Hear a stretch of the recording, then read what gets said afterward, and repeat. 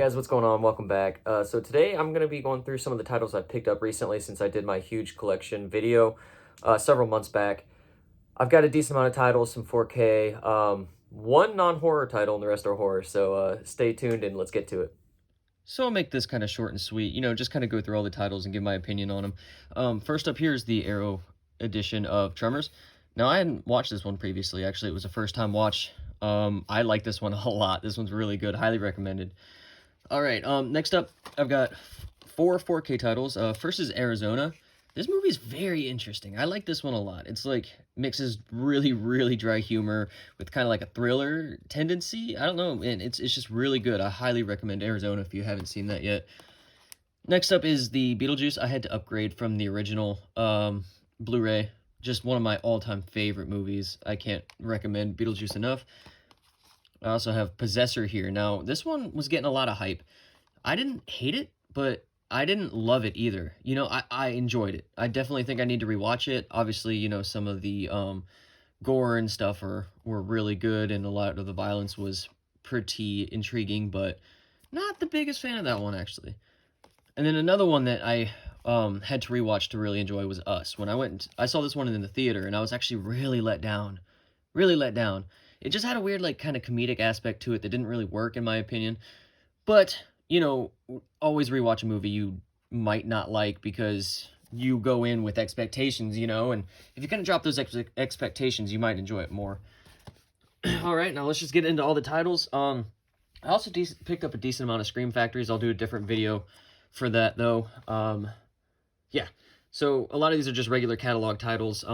Some that I've seen before I picked them up, and some I haven't. I have not seen this movie until I picked it up, and I enjoyed it a lot. Got it, like, really cheap, like $5 or something off of Amazon. Really enjoyed Anaconda. Up next is Antebellum.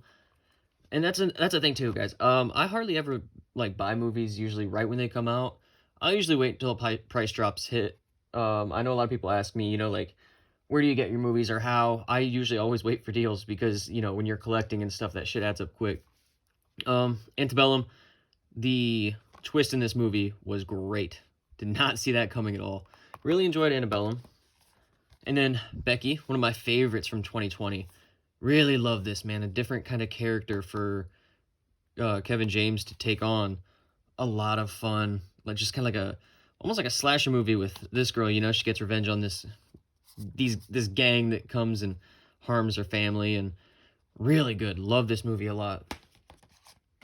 The Crow, I had this one in the collection before, but I think I sold it off, and then I was like, you know what, I love that movie, I gotta pick it back up, so back in the collection. Up next is The Dark and the Wicked. Now, this one was a little too just kind of dark. I mean, it's in the name, right?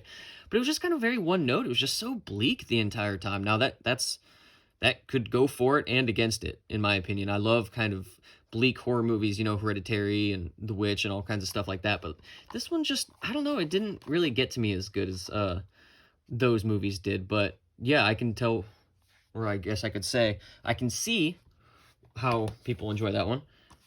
Next up is Death Spa. Now, holy shit, guys. Another first-time watch for me when I picked this one up. Awesome movie. Just like this killer spa. Just picking people off one by one. A lot of fun. Now, there's another film. Actually, let me get that out of my stack now and show you guys. Killer Workout is another one I picked up. Both. I always kind of thought of these two films together. I prefer Killer Workout, actually, over Death Spa. It's just a lot more fun. The kills are kind of one note. There's like a killer he kills people with staples. I don't know, man. But yeah, I reviewed both of these on my Instagram. So if you guys want to know more about my opinion on those, check out that. Next is Deep Star 6, another first-time watch for me when I picked this up. Released by Kino Lorber, directed by Sean S. Cunningham, who did the original Friday the 13th. Just a, kind of run-of-the-mill, kind of like science fiction, underwater type of thing. If you've seen Leviathan, or if you've seen any underwater, any of those movies, you know what to expect. It's a lot of fun, though. Some really good special effects in that one. From Dusk Till Dawn. People were asking, where's this at in your collection? I originally had the 3-pack with 1, 2, and 3 in like the documentary of it or whatever, but I do not like 2 and 3 at all, so I sold it off on the intention of picking this up, and it just was the one that always kind of slipped my mind. So very, very happy to get this one back into the collection. I'm hoping this one kind of gets like a release it deserves from maybe like Scream Factory or something. That would be very nice to have. Got the owners here, released by RLJE.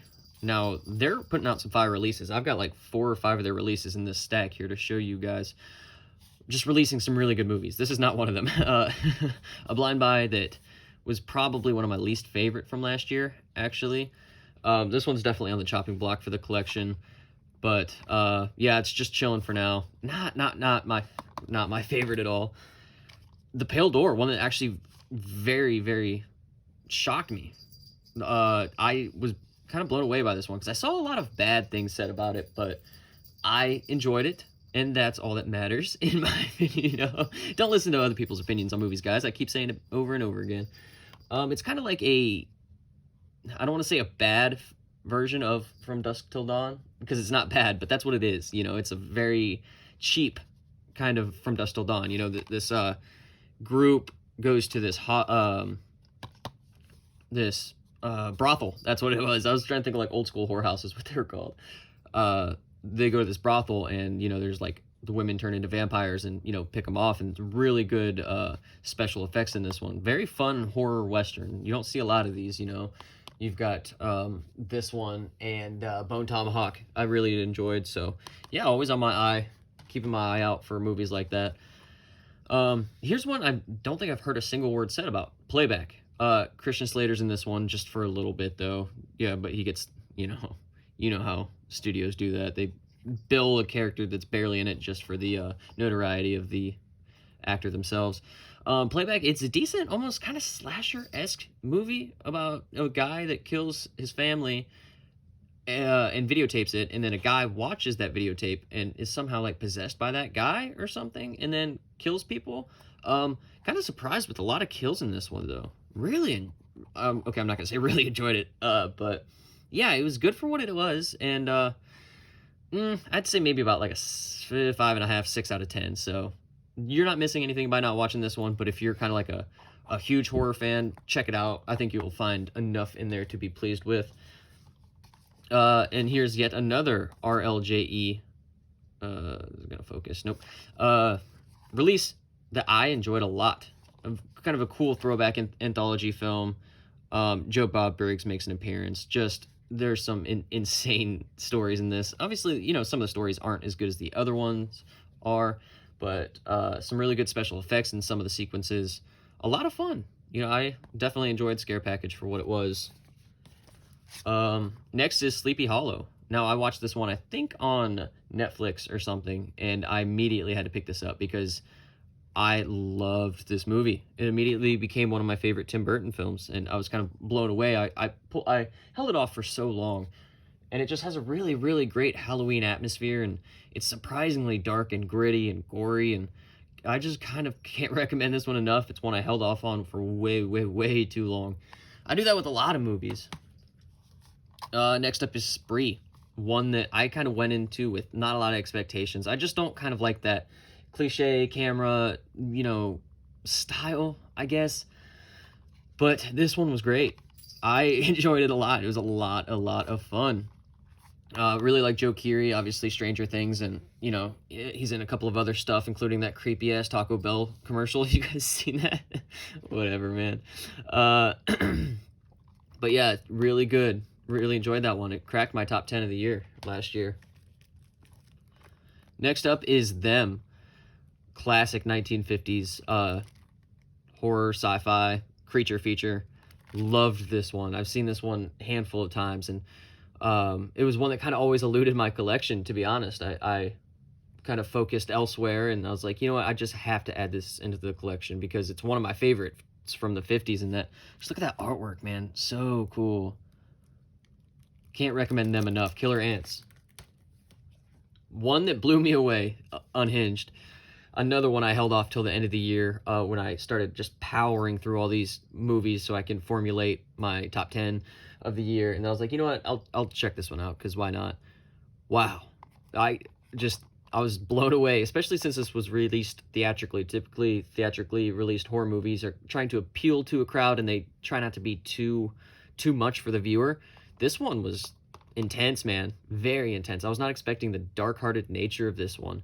Really blew me away. I loved it, man. Russell Crowe, just insane in this movie. I just was not expecting any of the insanity and just truly how crazy he would be in this movie. Just really crazy. Love that one a lot.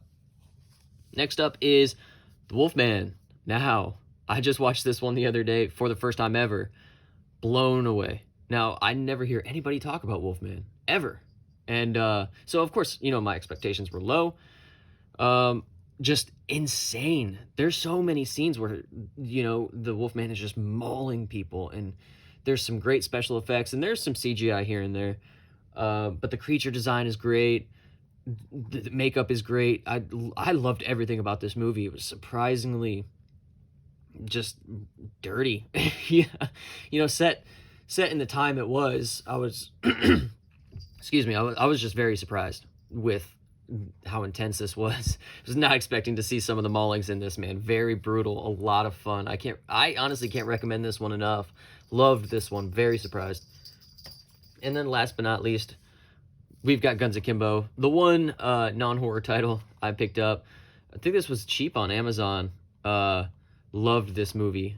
It's got my girl Samara Weaving in here. They did their best to make her kind of not very attractive, so to speak, but man, she's still beautiful.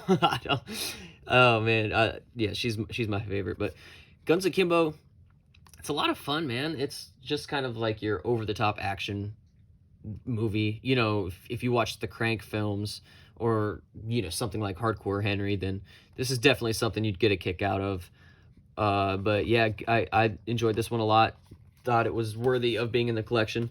So that's it, guys. That is the pickup for my pickups, I guess, for the past couple months. I'd say I've been really kind of slowing down. I've been focusing on vinyls lately, horror soundtracks on vinyl. So expect some videos about those soon in my collection video of that. Thank you for stopping by again, guys. Check out my Instagram where I post slasher film reviews with kill counts and fun facts, as well as other kind of pictures of my collection and all that good stuff. So yeah, that's it, guys. Without further ado, see ya.